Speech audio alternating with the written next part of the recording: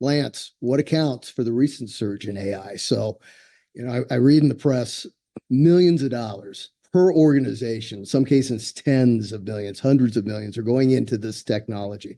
Reminds me back of the internet.com days when just money was flying into these organizations. Google, Microsoft, they're all playing at huge levels. What accounts for this? Why? Yeah, so if we look at that, there are really three main areas why we're really seeing AI take off now. And the first one is just the availability of big data. So AI needs a lot of data to get trained on, to get really good at answering specific questions or doing specific tasks.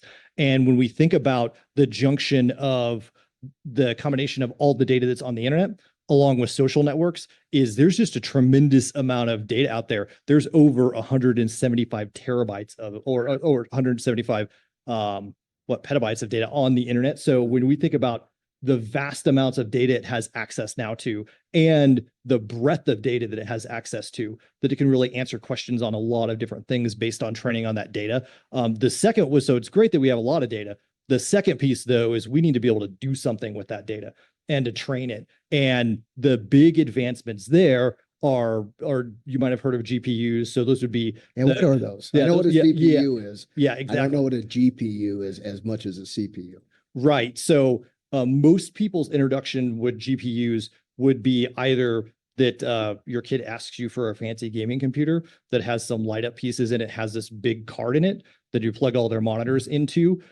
Or if you do CAD design. So really they were originally are invented to do high-end graphics processing.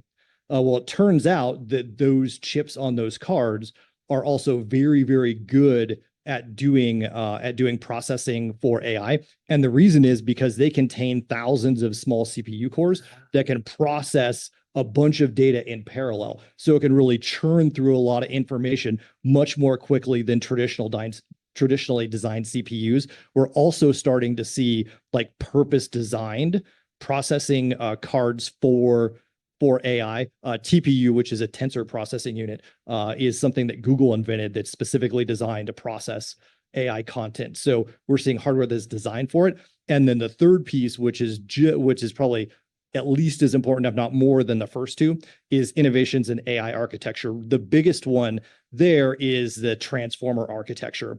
And the key point there is that there's this thing called self-attention. And self-attention means that it's not really just looking at words and processing them in context and assigning numeric values, and then looking at like, okay, I see all these words in this specific pattern all the time. And so I can gain insights from that. It's actually crossing over and creating connections between words that are more important in particular sentences and things that may not seem related, so it's drawing connections between things very similar to like a neural network in terms of how our brain processes. So its ability to make connections and leaps is much, much better than with previous iterations. So it is Terminator. Okay. I just wanted to clarify that. Right. Makes sense. And more bandwidth, right? I mean, remember the 56 baud modems, like when the internet first started, can't do much as you're waiting for the screens to load with text, but we have huge pipes. Right. That's also true is you look at something like the AOL days with a modem, and now you can very affordably, even in your house, get full gigabit speed internet. So the ability to access all this massive amounts of data very quickly.